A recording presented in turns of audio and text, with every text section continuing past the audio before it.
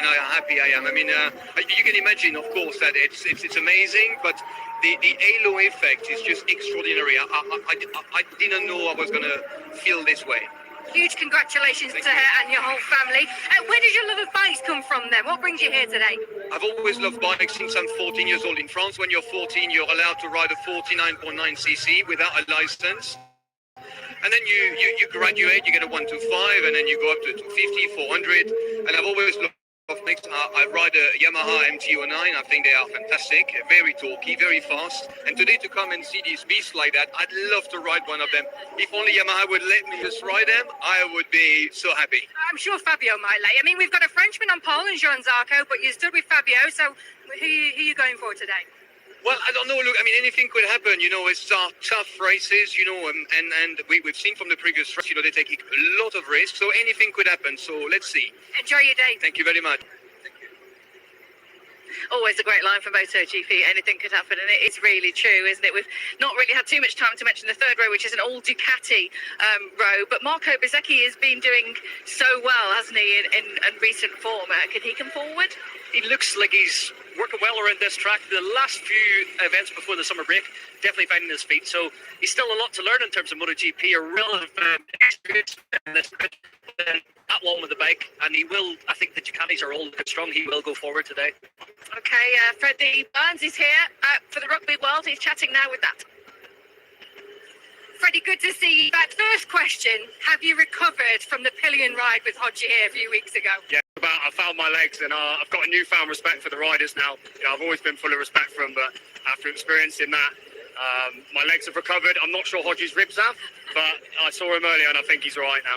Yeah, I know exactly how you feel, because I went out with him as well. But yeah, and huge respect. But you've always been a big bike fan. I mean, you were named, weren't you, after a motorcyclist? You had named after Freddie Spencer, didn't he? Yeah, Freddie Spencer Burns. So named after Fast Freddie. My dad's here as well with me, so it's you know, it's a great opportunity. VT Sport have given me this chance to come here and give my dad a day out of a lifetime. So he's around somewhere mixing it with all the riders. I'm trying to pull him back. I need a leash for him, but no, it's great to see him have that experience, and what a place and what a day to do it on. Yeah, well, who's your money on then today?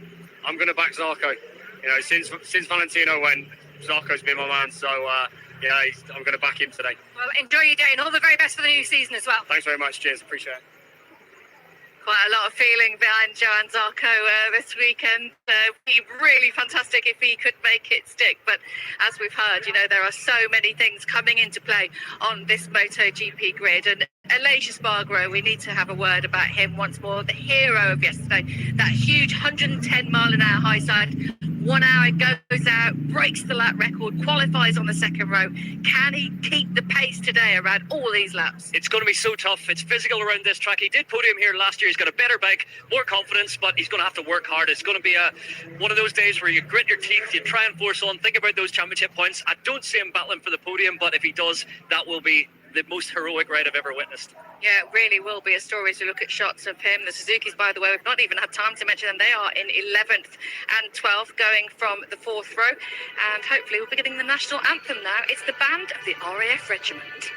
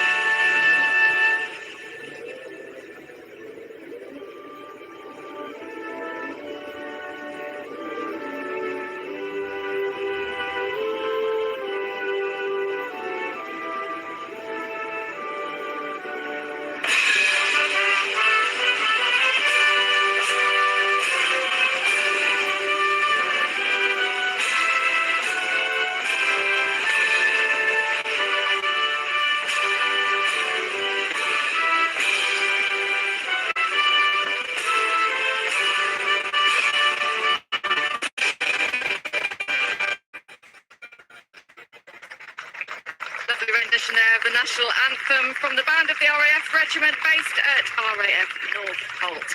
Right, let's get the latest information then on tyres. The track temperature is 42 degrees, Sylvan. What you got? It's creeping up, Susie. The temperature is creeping up. There's no wind as well. So the tyres are not going to get cooled down. Now with the front tyres, everybody's gone for the medium, but Fabio Quartararo here, just behind me, looks like he's going for the soft. So he's going to that soft feeling in the front that possibly is going to allow him to put a little bit of a gap at the start of the race. Jack Miller as well has gone for the soft front. We know that Jack likes to run the soft anyway, but I'm a little bit surprised by that choice from Fabio. So this is maybe a bold choice because he's going to do that long lap. So he's going to be able to push in the first laps. In the rear, because the temperature is heating up, it's a 50-50. So all the Yamahas, the KTMs, they've gone for the medium rear. But all the other guys and all the Ducatis now, we've got some late changes as well from the Ducatis. They've all gone for the hard rear. So expect that man as well to be very, very fast off the line and off the first laps because he's going to run a softer tyre than most of the other guys in front of him. Thanks, Sylvain. Michael, what did you make of Sylvain's comments there? Interesting. The front end, going for that soft tyre for Fabio, it does give him that ability in the early laps to make overtakes, to push. We expect that long lap penalty to come within the first 4 to 5 laps. So, yeah, we know what his tactic is. It's push early doors. So it might compromise him in those late laps because the front tyre does take quite a beating around this circuit. So he must be feeling that this man, Aleix Espargaro, has got some fight in him today. No doubt he will. He's impressed us so many times this year. He always overperforms in the early part of the season, but the way he rode in Assen was, for me, his career-defining ride. It was so strong, and he'll take a lot of strength and belief from that. It is the pain. We know adrenaline's a massive fix. Whenever you get out there, almost the pain goes away once you're 2 or 3 laps in, but yeah, it's a long way around here on a physical racetrack, changing direction every lap from Maggots, Beckett's, Chapel onto the back straight. He's going to be having the grit his teeth. And let's not forget, everybody's had 5-week breaks. They're all in fine fettle as well. They've all the holidays. We've seen all the photographs on the yachts and the diving in and all of that, but there's also been some hard training going on over the last 4 weeks or so. Yeah, nice mix of probably switching off. You need to cool down a little bit in the summer break, but then you got to work hard. You got to bring yourself back up. In terms of training, the boys never really fully stop.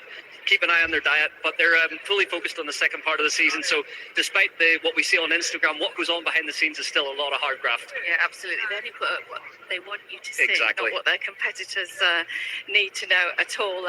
Just hearing that Zarco switched to a medium front tyre. Oh, interesting. So Zarco typically would go for the softer option.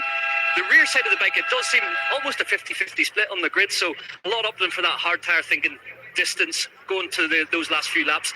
But the front end, going for that softer one, obviously, whenever there's a cool breeze, you understand why they go for it. But today, with the temperatures as they are, I expected pretty much the majority to be on that medium front tyre. What are we expecting at the start of this race? How are you expecting it to shape up in the first couple of laps? I think Jack Miller's possibly going to steal a march into turn 1. He's so good off the line. I hope to see Maverick Vinales with him, because if Maverick's in there in those first few laps, then the race will come to him. He'll battle for the podium today. Johan Zarco needs to match Jack on the run to turn 1, so I think the Ducatis may control the race over the early laps, but look for Fabio cutting through. So some aggressive passes. I believe this is a track that Yamaha can make overtakes on, because you're coming through cops with momentum. You can set up a pass into Maggots, get a little bit creative on those direction changes. So I think Fabio can make overtakes today, so he's going to be coming out of the block strong. And really, he's surrounded by Ducatis if you look at it. We've got Johan Zarco ahead of him, Maverick's front right, then to the right, Francesco Bagnaia. Behind is in there, Bastianini and Marco Bezzecchi, so he's in a kind of gaggle, isn't he? It is a short run to turn 1 though, so hopefully the Yamaha does look like it jumps well that initial 100 metres or so off the line. So if he can keep those Ducatis, especially the ones in the row behind him, if they stay behind him out of turn 1, Fabio's race is on. Well, there is plenty to talk about today here at the British Grand Prix. It's the restart for the rest of the season. We've already had an incredible first half, and here comes your second half. The British Grand Prix, your front row, then Jack Miller, Maverick Vinales, Johan Zarco, but look out for Aleix Espargaro and Fabio Quartararo. Neil and Gavin will take you through it. Thank you very much, Susie. Yeah, that second row are the 3 type tall favourites, aren't they? And Quartararo, Bagnaia and Espargaro. It's a bit of a change up front. Johan Zarco, can he make it the 8th different winner in the last 8 British Grand Prix here at Silverstone today?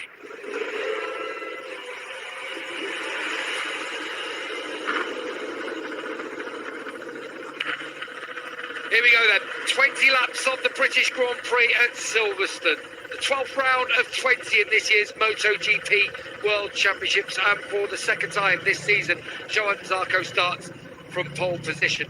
He has never won a MotoGP race in his career. Can he break that duck today? Can Maverick Vinales win again here like he did on the Suzuki? Their first win in 10 years when he won back in 2016. Can he do it, having switched from Yamaha, having missed this race last year?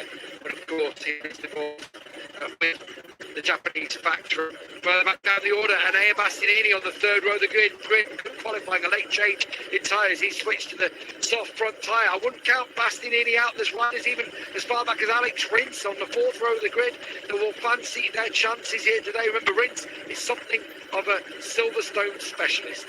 Zarco has won here previously, back in 2015 in the Moto2 class.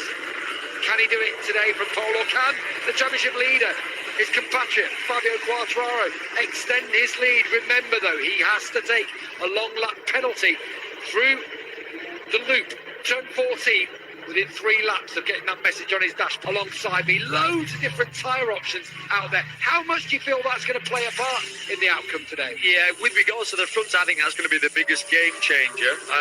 We can clearly see what Quattararo's going. He's gone for the softer front. That's going to give him a little bit more grip initially. Certainly on full lean, it'll give him more grip. But then if he gets close up, if Quattararo can't get past people and he gets stuck behind them, the track temperature's pretty high, the ambient temperature's going up.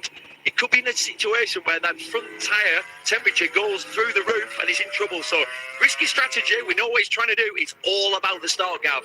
All the manufacturers pretty much, of course, the brilliant KTM, no, but all the others have won here. Last year, the top 6 were all on 6 different bikes. And it's a bit like that this weekend, isn't it? It's hard to pick out a standout favourite. Yeah, it's the great unknown. It's not, you know, I mean, Zarco's had the best pace most of the weekend, but never won a MotoGP race. And crashed twice. He forgot to add that.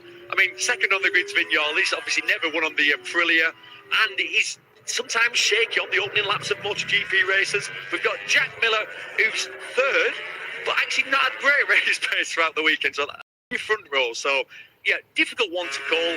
The start's going to be important for this. And for Fabio Quartararo, look at that, even his lead, because he knows he has to try and get a good start from that second row of the grid and then attack for those first 3 or 4 laps, then do that long lap penalty. Over 40,000 fans in the house as we welcome the riders through Luffield and into Woodcut.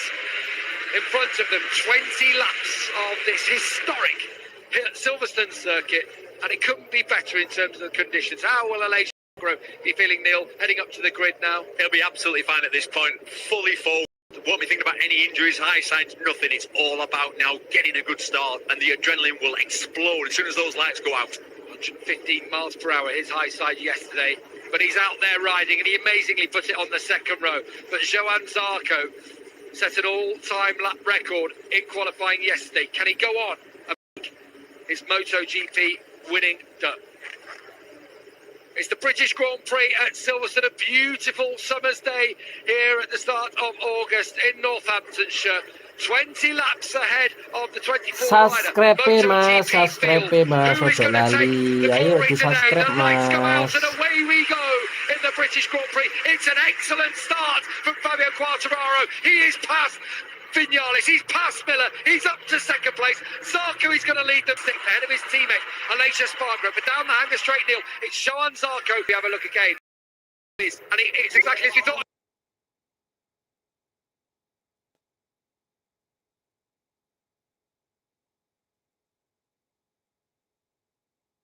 It's like in Portimao, in early laps.